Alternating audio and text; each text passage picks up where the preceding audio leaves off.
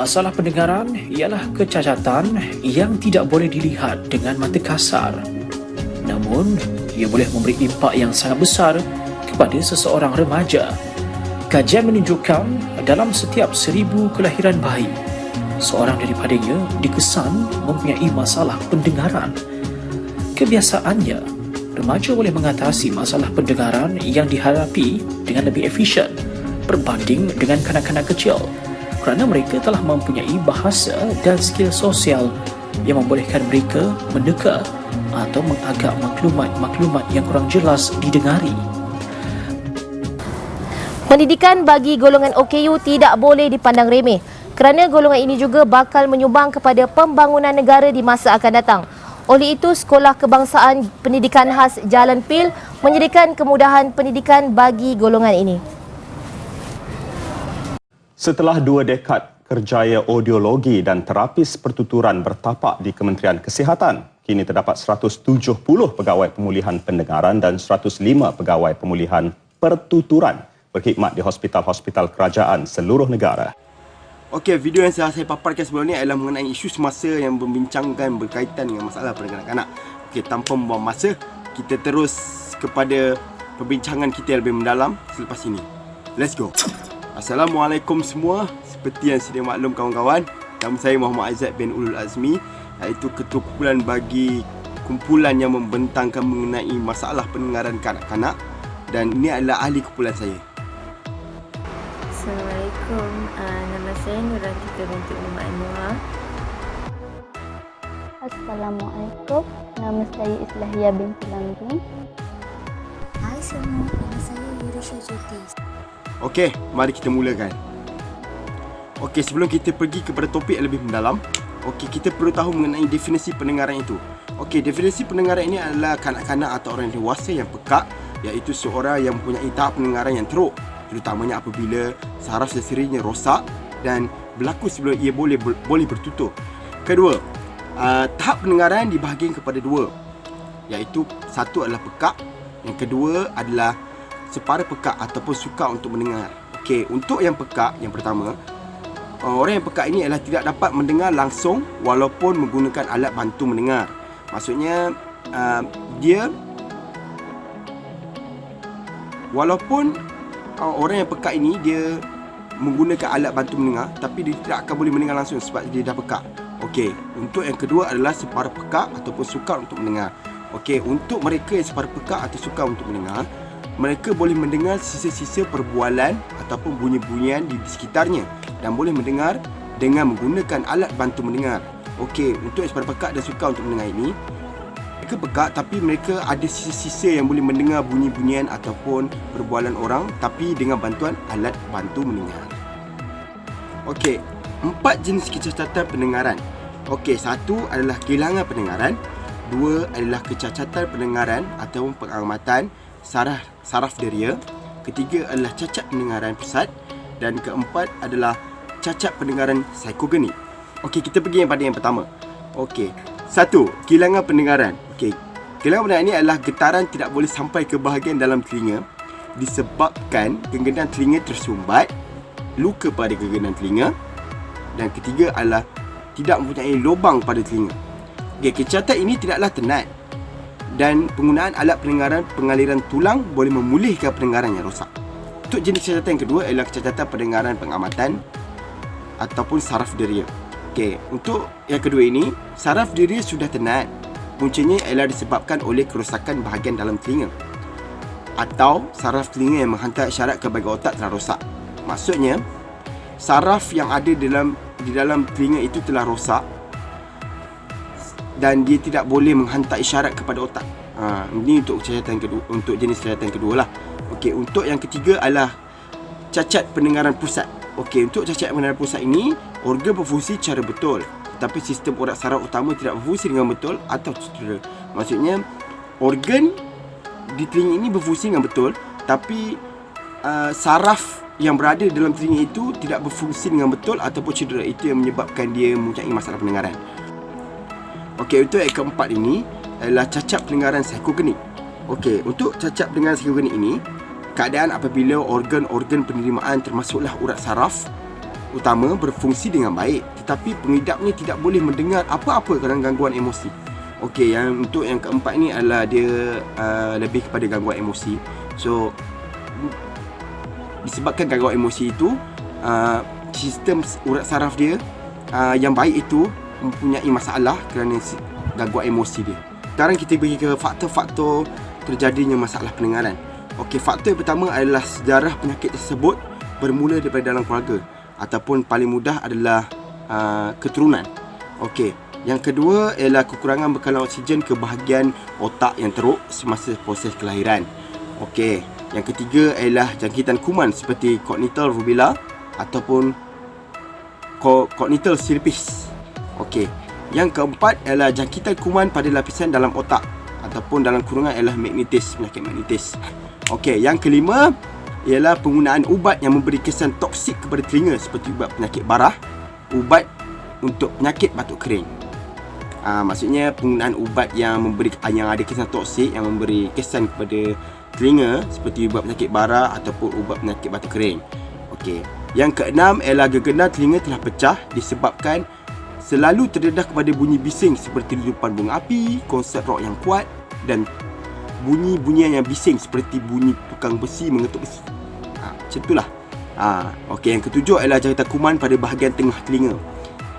Dan yang ke-8 adalah peningkatan umur, iaitu warga emas ataupun seorang yang telah tua. Itu adalah selalu perkara normal yang jadi kepada orang tua apabila mereka sudah meningkat umur ataupun sudah tua. Pendengarannya pun tidak berapa baik. Okey, seterusnya. Okey, untuk tahap dan ciri pendengaran, sebelum saya teruskan, okey, untuk pengetahuan, dB di atas itu adalah bermaksud desibel ataupun dalam bahasa Melayunya adalah tahap kelantangan bunyi. Okey, dalam tahap dan ciri pendengaran ini ada 4 tahap, iaitu tahap pertama, tahap kedua, tahap ketiga dan tahap keempat. Okey, untuk tahap yang pertama ini ada dikategorikan sebagai ada 3. Okey, yang pertama adalah 0 hingga 24 desibel ataupun 0 hingga 24 tahap kelantangan. Ciri-ciri dia adalah pendengaran yang normal. So, untuk pendengaran yang normal, mereka mempunyai 0 hingga 24 desibel lah. Okey, untuk yang kedua adalah 25 hingga 35 desibel, iaitu sukar mengecam suara dan diskriminasi. Okey, untuk 36 dan 54 desibel, mereka mempunyai masalah dengan bunyi yang lembut dan cakap yang jauh. Okey, mereka mempunyai masalah dengan percakapan yang jauh ataupun bunyi-bunyi yang lembut. Mereka tak boleh dengar. Dan cakap yang jauh, maknanya mereka tidak boleh mendengar orang yang cakap yang dekat daripada jauh kerana masalah yang pendengaran yang mereka ada lah. Okey, lepas itu untuk 55 hingga 69, masalah suara yang kuat dan perlahan. Contohnya semasa perbualan telefon.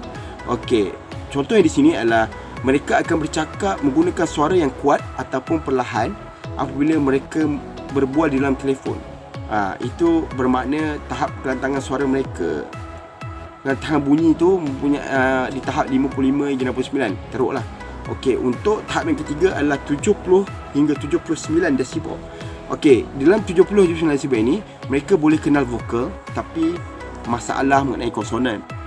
Okey, mereka boleh dengar melalui jeritan yang kuat. Okey, tapi mereka mempunyai masalah pertuturan. Okey, untuk yang 90 ke atas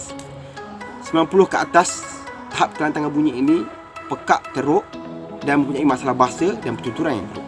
Ini selalunya untuk warga-warga emas dan orang-orang tua. Okey, kita pergi ke seterusnya. Okey, saya akan menerangkan tanda-tanda kehilangan pendengaran kanak-kanak. Okey, yang pertama, mereka selalu kurang tumpuan. Kedua, selalu meminta orang mengulangi apa yang telah disebut. Dan selalu memberi jawapan yang tidak kena-mengena kepada soalan dan bertindak balas lambat terhadap arahan. Menghadapi masalah, mengulangi apa yang mereka dengar.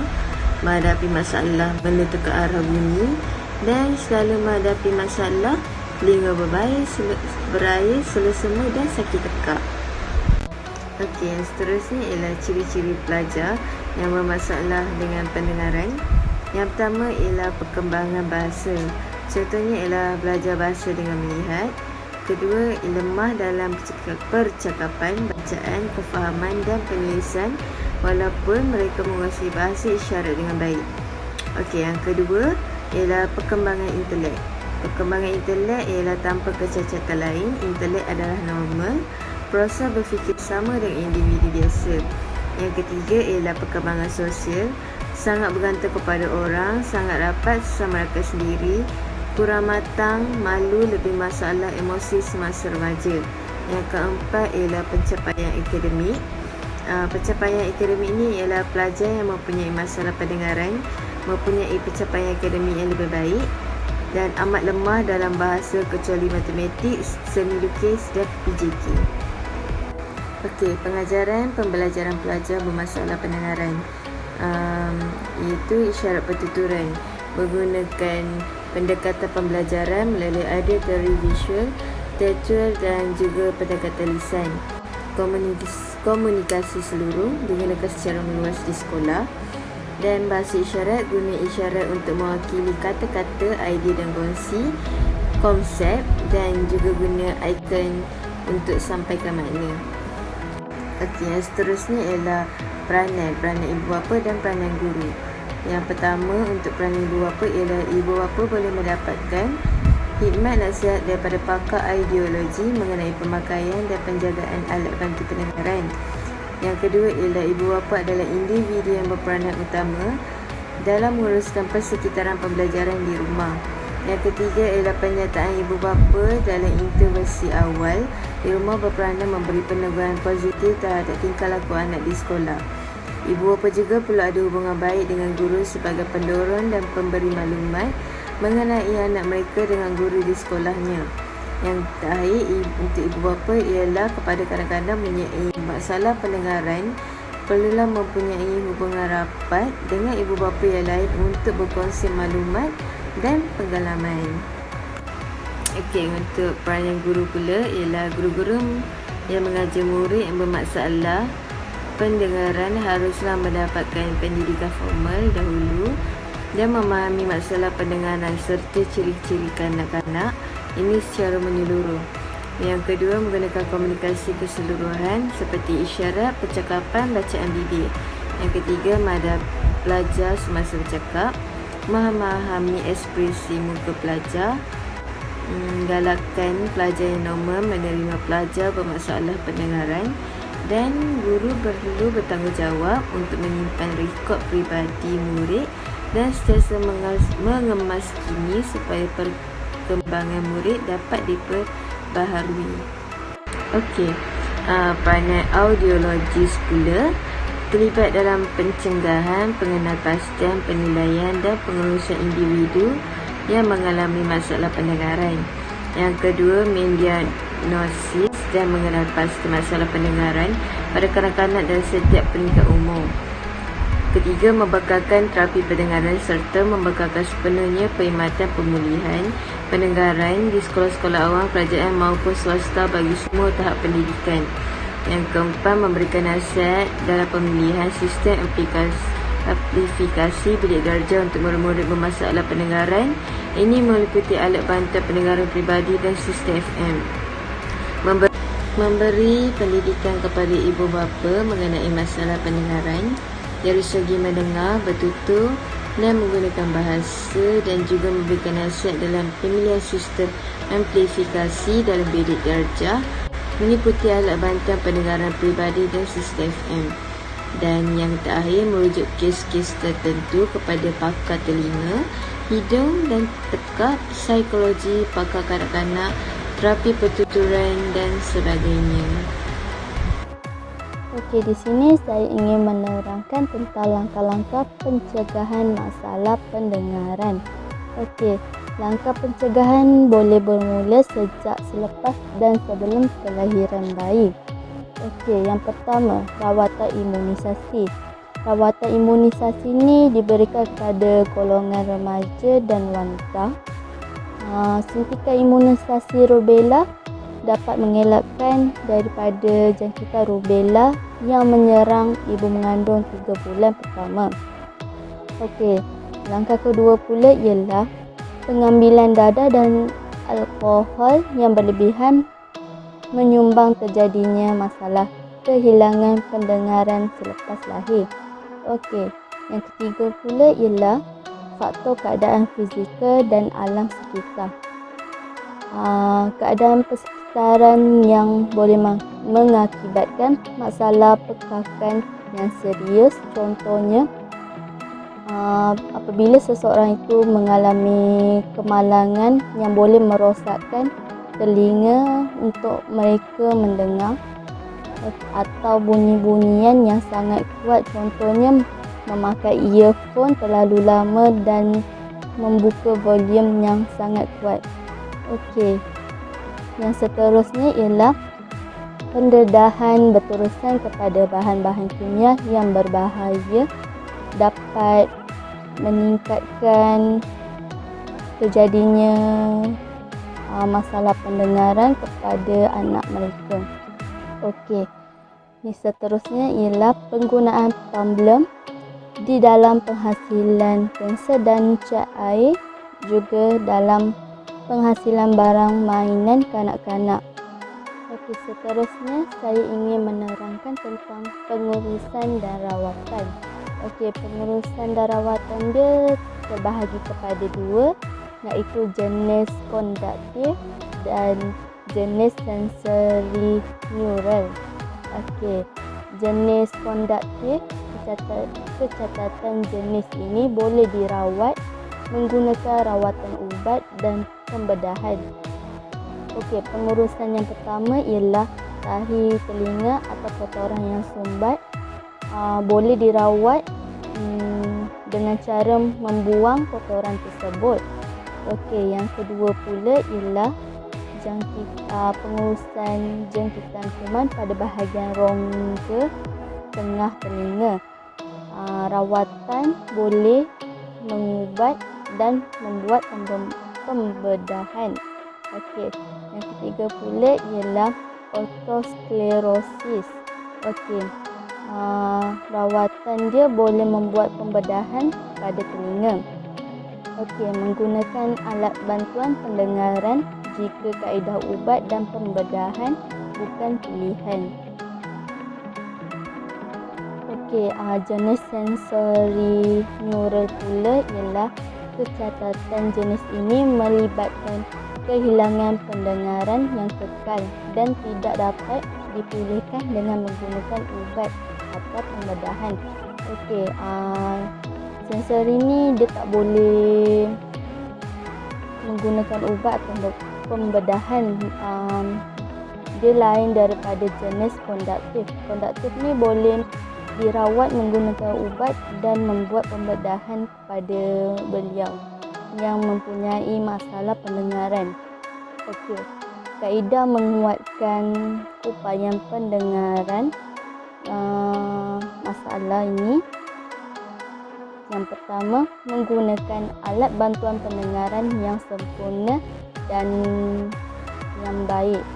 Okey, yang kedua pula ialah cochlear implant. Okey, diperlukan terhadap kecacatan pendengaran yang teruk. Okey, pengurusan yang kedua pula ialah latihan strategi komunikasi, iaitu ada dua. Yang pertama, kemahiran mendengar. Yang kedua pula ialah kemahiran berkomunikasi. Okey, pengurusan yang ketiga bagi jenis sensori neural ialah mempunyai masalah pendengaran dari kecil. Okey, yang pertama, komunikasi lisan. Okey, kita boleh berkomunikasi dan bertulis bersama-sama mereka yang mempunyai masalah pendengaran. Okey, yang kedua pula ialah cue speech, iaitu memberi isyarat. Contohnya kalau mereka yang ingin ke kanan, mereka akan tunjuk ke kanan. Apabila mereka ingin makan, kita tunjuk cara mereka makan. Yang ketiga pula ialah bahasa isyarat. Bahasa isyarat ni normal lah kepada golongan yang mempunyai masalah pendengaran kepada mereka.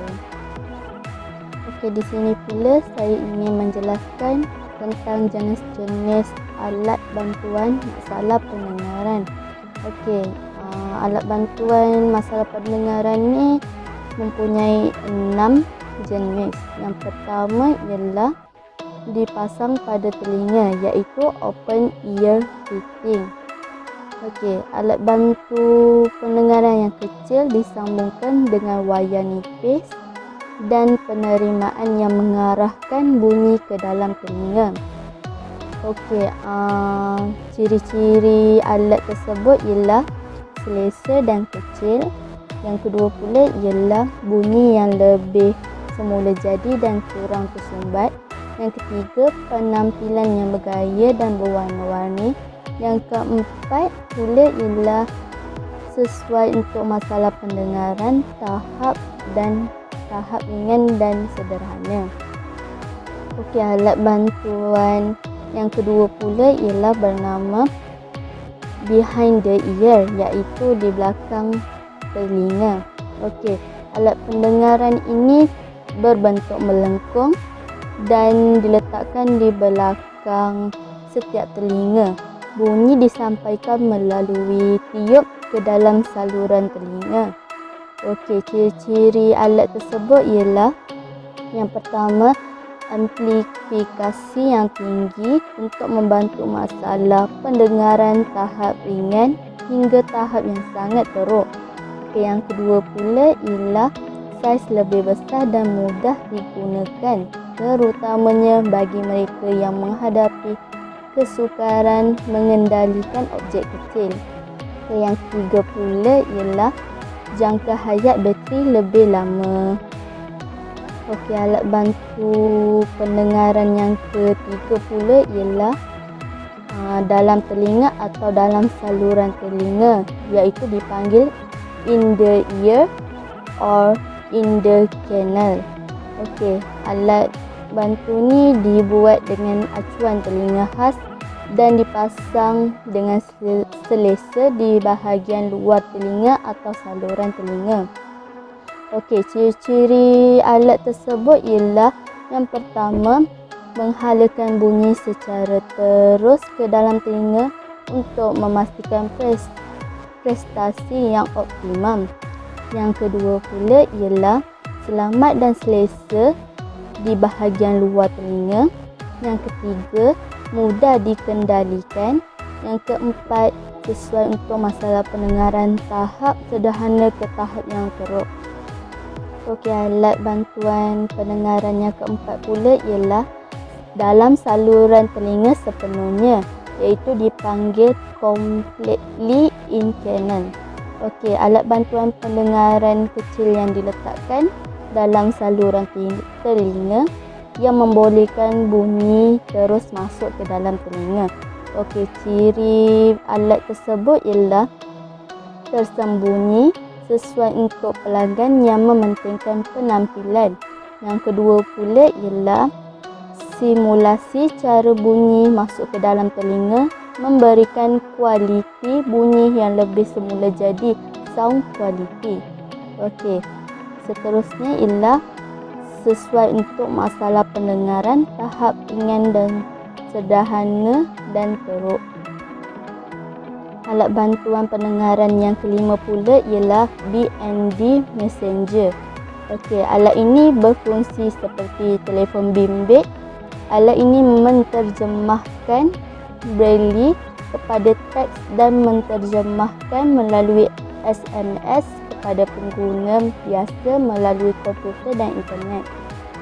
Yang akhir sekali ialah teletypewriter, iaitu alat ini merupakan peranti atau alat khas yang membolehkan orang yang mempunyai masalah pendengaran menggunakan telefon untuk berkomunikasi dengan hanya menaik kepada telefon itu dan ia memaparkan mesej kepada pengguna teletypewriter yang lain. Dan membentang tentang bahasa isyarat dan kesimpulan untuk masalah pendengaran kanak-kanak. Bahasa isyarat merupakan kaedah komunikasi yang tidak menggunakan suara tetapi pergerakan tangan, badan dan bibir untuk menyampaikan maklumat dan melahirkan fikiran seorang penutur.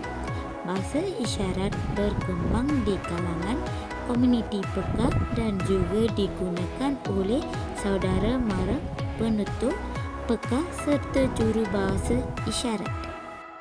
Pendidikan untuk kanak-kanak bermasalah pendengaran ialah bagi kanak-kanak yang mengalami masalah pendengaran yang serius pula boleh mengikuti program pendidikan khas bermasalah pendengaran yang ada di sekolah khas ataupun program percantuman yang terhadap di seluruh negara seperti di sekolah rendah, contohnya sekolah kebangsaan pendidikan khas, program pendidikan khas interaksi. Seterusnya, pendidikan masalah pendengaran dewasa. Mereka berpeluang untuk belajar di sekolah menengah yang biasa melalui program interaksi yang mempunyai program percantuman dengan mengikuti aliran akademik dari tingkatan 1 hingga tingkatan 5 seperti pelajar-pelajar normal yang lain seperti sekolah menengah vocasional di Shah Alam dan sekolah-sekolah sebagainya. Kesimpulannya ialah masalah pendengaran membawa impak besar terhadap perkembangan kanak-kanak. Namun begitu, sokongan dan kerjasama yang baik antara ahli terapi, ibu bapa dan masyarakat sekeliling menjadi tunjang utama dalam keberkesanan gratis yang diterima.